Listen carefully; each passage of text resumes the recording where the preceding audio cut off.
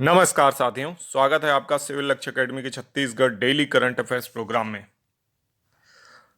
मैं विनय कुमार गुप्ता स्वागत करता हूं आपका अपने इस शो में। पहला प्रश्न है, स्वास्थ्य मंत्री श्याम बिहारी जायसवाल ने किस पुस्तिका का विमोचन किया? इसका सही जवाब है सीजी साथी। इसको याद रखिएगा, सीजी साथी का विमोचन स्वास्थ्य मंत्री श्याम बिहारी जायसवाल ने किया है। ठीक है, तो इसको याद रखना है आपको। नेक्स्ट क्वेश्चन है, छत्तीसगढ़ पिछड़ा वर्ग कल्याण आयोग के अध्यक्ष कौन बने हैं? इसका सही जवाब है R S Vishwakarma. R S Vishwakarma Chhattisgarh पिछड़ा वर्ग कल्याण आयोग के अध्यक्ष बने हैं। ये पूर्व आईएएस हैं, रिटायर्ड आईएएस हैं। इसके अलावा 7 सदस्यों की नियुक्ति छत्तीसगढ़ पिछड़ा वर्ग आयोग में की गई है। नेक्स्ट क्वेश्चन है, हाल ही में राज्य में कितने नए जिला पंचायत बनाए गए हैं? इसका सही जवाब है 6 नए जिला पंचायत बनाए गए हैं। 12 जिला पंचायतों का पुनर्गठन किया गया है। ये 12 जो जिला पंचायतें हैं वो नए जिले थे, है ना। उनमें से 6 तो पुराने ही रह गए और 6 नए बन गए। ठीक है, तो इस तरीके से 12 जिला पंचायतों का पुनर्गठन किया गया, 6 नए जिला पंचायत बने हैं। नेक्स्ट क्वेश्चन है, भारत सड़क नेटवर्क के मामले में दुनिया में कौन से स्थान में है? इसका सही जवाब है दूसरे स्थान पर है। पहले स्थान पर यूएसए है। ठीक है, यूएसए 65 लाख किलोमीटर के लगभग वहाँ सड़क है, जबकि भारत में 63 लाख किलोमीटर की लगभग सड़क है, जबकि चाइना में 52 लाख किलोमीटर के आसपास सड़क है। ठीक है, तो सड़क नेटवर्क के मामले में भारत का स्थान विश्व में दूसरा है। नेक्स्ट क्वेश्चन है, सेंट मार्टिन द्वीप किसके अधीन है? तो इसका सही जवाब है बांग्लादेश। तो बांग्लादेश का ये सेंट मार्टिन द्वीप ही सारे विवाद की वजह है। ये कहा जाए तो कुछ गलत नहीं होगा। कारण ये है कि यूएसए ने सेंट मार्टिन द्वीप को मांगा था, ऐसा शेख हसीना वाजिद का कहना है, और बांग्लादेश की प्रधानमंत्री शेख हसीना ने इसे देने से मना कर दिया। इसलिए यूएसए ने वहाँ आंदोलन कराकर तख्ता पलट कर दिया। यूएसए का स्टांस देख के लगता भी है कि शेख हसीना वाजिद की बात सही हो सकती है, क्योंकि उसके बाद प्रोफेसर यूनिस जो कि अमेरिका के बहुत ज़्यादा लाडले हैं वो वापस आते हैं और उनको प्रधानमंत्री की कमान दे दी जाती है। लगभग वो अंतरिम सरकार के प्रमुख हैं।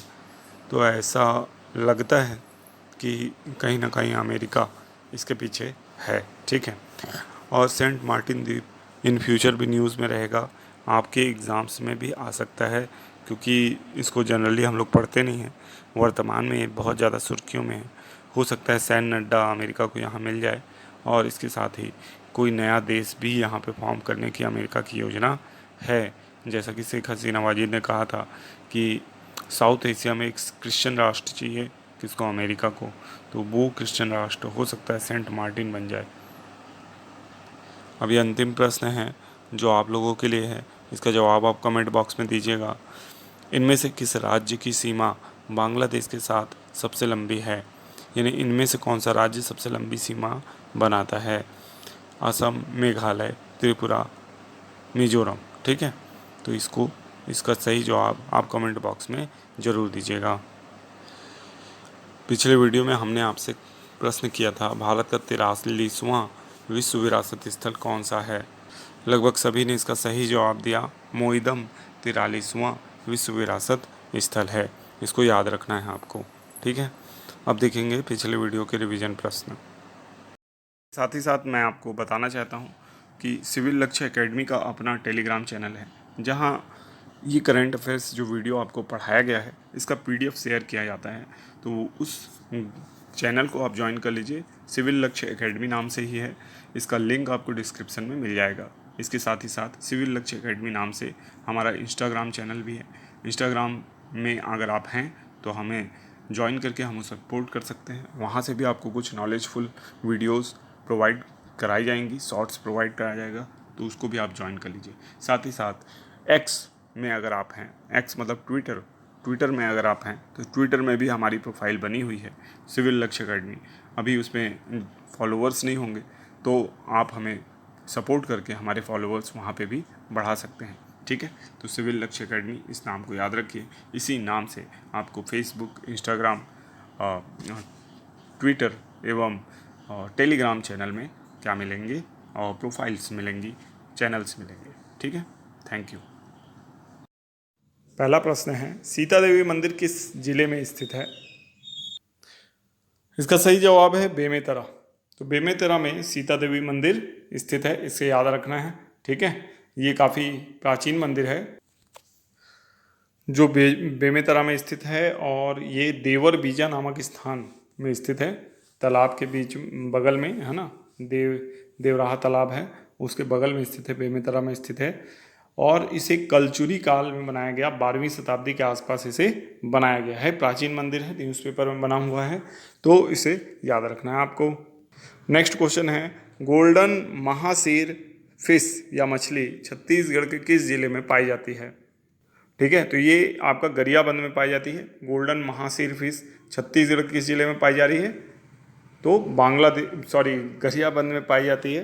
ठीक है, इसको याद रखना है, गोल्डन महासीर फिश। अब इसके अलावा कहाँ पाई जाती है? तो ये हिमालय में पाई जाती है, तो हिमालय को याद रखना है। और हिमालय के अलावा गरियाबंद छत्तीसगढ़ में ये पाई जाती है। ठीक है, तो इसको याद रखिएगा। इसका जम के शिकार किया जा रहा है, और जानते हैं आप, फिश जो है वो बहुत ज़्यादा प्रचलित रहती है, खान पान के लिए इसका उपयोग किया जाता है। नेक्स्ट क्वेश्चन है, किस देश के हिंदू अपना देश छोड़कर भारत आना चाहते हैं? तो इसका सही जवाब है बांग्लादेश। बांग्लादेश में आप जानते हैं कि राजनीतिक अस्थिरता के बाद हिंदुओं के घरों में तेज़ी से हमले हुए, जिसके कारण से हिंदू वहाँ से भागकर भारत की ओर आ रहे हैं। और जो बीएसएफ है उससे लगातार शरण मांग रहे हैं, यानी कह सकते हैं एक तरीके से अनुरोध कर रहे हैं कि हमको भारत में एंट्री दी जाए। ऑलरेडी भारत के जो वरिष्ठ नेता हैं, है ना, राजनीतिक विशेषज्ञ हैं, उन्होंने ये कह दिया है कि बांग्लादेश से करीब 1 करोड़ शरणार्थी हिंदू भारत में आ सकते हैं, जो कि बहुत बड़ी संख्या है। अगर इसके आधे भी आ जाएं तो भारत संभाल नहीं पाएगा। आधे क्या, इसके 10% भी, यानी 10 लाख अगर आ जाएं तो भी भारत संभालने की स्थिति में नहीं है। इस तरीके से हम देखते हैं कि बांग्लादेश के साथ भारत के रिश्ते लगातार बिगड़ेंगे, और जैसे जैसे शरणार्थी भारत की सीमा में प्रवेश करेंगे, आप ये समझ लीजिए कि भारत और बांग्लादेश एक अगले युद्ध की ओर बढ़ेंगे। भारत और बांग्लादेश के बीच में युद्ध इससे पहले नहीं हुए हैं। भारत और पाकिस्तान के बीच युद्ध हुआ था, भारत ने बांग्लादेश को आज़ादी दिलाई थी, और आज़ादी दिलाने के बाद अब स्थिति ये है कि यानी वहाँ के हिंदुओं के साथ बहुत ही ज़्यादा अत्याचार किया जा रहा है ना, जिस कारण से वे भारत की ओर भाग रहे हैं। ठीक है, ये जो है, अगर शरणार्थी समस्या भारत पे ज़्यादा बढ़ेगी तो भारत बिल्कुल इस पे एक्ट करेगा, और ये मान के चलिए कि सैन्य कार्यवाही भी भारत बांग्लादेश के ऊपर कर सकता है, वहाँ की सेना के ऊपर कर सकता है। ठीक है, ये संभावनाएं हैं, ऐसा हो जरूरी नहीं है, लेकिन ये बिल्कुल एक पॉसिबिलिटी बनती हुई दिख रही है कि भारत और बांग्लादेश के बीच अगला युद्ध देखने को मिल सकता है। नेक्स्ट क्वेश्चन है, विश्व की किस संस्था ने 30 वायरस और बैक्टीरिया की सूची जारी की है? तो इसका सही जवाब है WHO। WHO आप जानते हैं, वर्ल्ड हेल्थ ऑर्गेनाइजेशन। इसने 30 वायरस और बैक्टीरिया की सूची जारी की गई है, और बताया गया है कि नेक्स्ट पैंडेमिक भी आ सकता है। ये सारे वायरस और बैक्टीरिया बहुत ज़्यादा खतरनाक हैं, जो पैंडेमिक का रूप ले सकते हैं। ठीक है, तो इसको याद रखना है, WHO वर्ल्ड हेल्थ ऑर्गेनाइजेशन के द्वारा ये वायरसेस और बैक्टीरिया की सूची जारी की गई है। किस देश ने मेगा अर्थक्वेक की चेतावनी अपने देश में जारी की है? तो इसका सही जवाब है जापान। जापान जो है, जिसकी राजधानी टोक्यो है, इसने अपने देश में मेगा अर्थक्वेक की चेतावनी जारी की है। आप जानते हैं पैसिफिक रिंग्स ऑफ फायर में स्थित है जापान, और यहाँ पे लगातार भूकंप और ज्वालामुखी की समस्या बनी रहती है, और सुनामी भी बहुत ज़्यादा आती है। तो इस देश में मेगा अर्थक्वेक की चेतावनी जो है वो जारी की गई है। निश्चित तौर पे कोई ऐसी बड़ी घटना होने वाली है, जापान पे आपको नज़र बना के रखना है। इसलिए मैं बार बार बोलता हूँ कि विश्व भूगोल जो है और विश्व की जानकारी भी आपको होनी चाहिए। जापान में 4 द्वीप महत्वपूर्ण हैं, होक्काइडो, होन्शु, क्यूशू और शिकाकू। ठीक है, तो इसको याद रखिए। नेक्स्ट क्वेश्चन है, हिंडनबर्ग ने किस संस्था के अध्यक्ष माधवी बुच पर आरोप लगाया है? तो इसका सही जवाब है सेबी। सेबी के ऊपर हिंडनबर्ग ने आरोप लगाया। हिंडनबर्ग वही संस्था है जिसने इससे पहले अदानी ग्रुप के ऊपर गंभीर आरोप लगाए थे। उसके कारण अदानी के जो शेयर हैं वो 85% तक क्रैश कर गए थे। और इसके बाद अब सेबी के प्रमुख के ऊपर आरोप लगाना एक गंभीर बात है। और अगर इसमें इन्वॉल्वमेंट अगर इनका कुछ मिल जाता है तो उसकी जांच कौन करेगा, क्योंकि सेबी तो खुद रिसर्च करती है स्टॉक मैनिपुलेशन से संबंधित कंपनियों के ऊपर नीचे। और security exchange board of India इसका पूरा नाम है सेबी का। तो अब सेबी की जांच कौन करेगा, ये समस्या है। और दूसरी ओर विपक्ष लगातार दबाव बना रहा है सरकार के ऊपर, क्योंकि सरकार जो है इस पर कार्रवाई करती नहीं दिख रही है। और निश्चित तौर पे अदानी ग्रुप के ऊपर जो आरोप हिंडनबर्ग ने लगाए थे वो अभी तक साबित नहीं हुए हैं, क्योंकि उनकी जांच भी सेबी ने ही की है।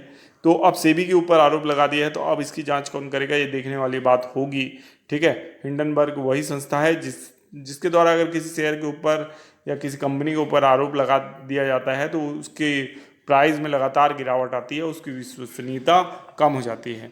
हालांकि हिंडनबर्ग खुद ये बताते हैं कि वो एक शॉर्ट सेलिंग कंपनी है, जिसका मतलब शॉर्ट सेलिंग का मतलब ये होता है कि गिरावट की आशा से अगर कोई शेयर को यानी बेचे, ठीक है, जबकि उसके पास नहीं है तो भी अगर उसको बेचते हैं तो शॉर्ट सेलर कहलाते हैं वो। ठीक है, सेलर मतलब बेचना, लेकिन अब उनके पास तो है नहीं शेयर। तो शॉर्ट सेलर का मतलब यही होता है कि उनके पास नहीं है फिर भी वो बेचने का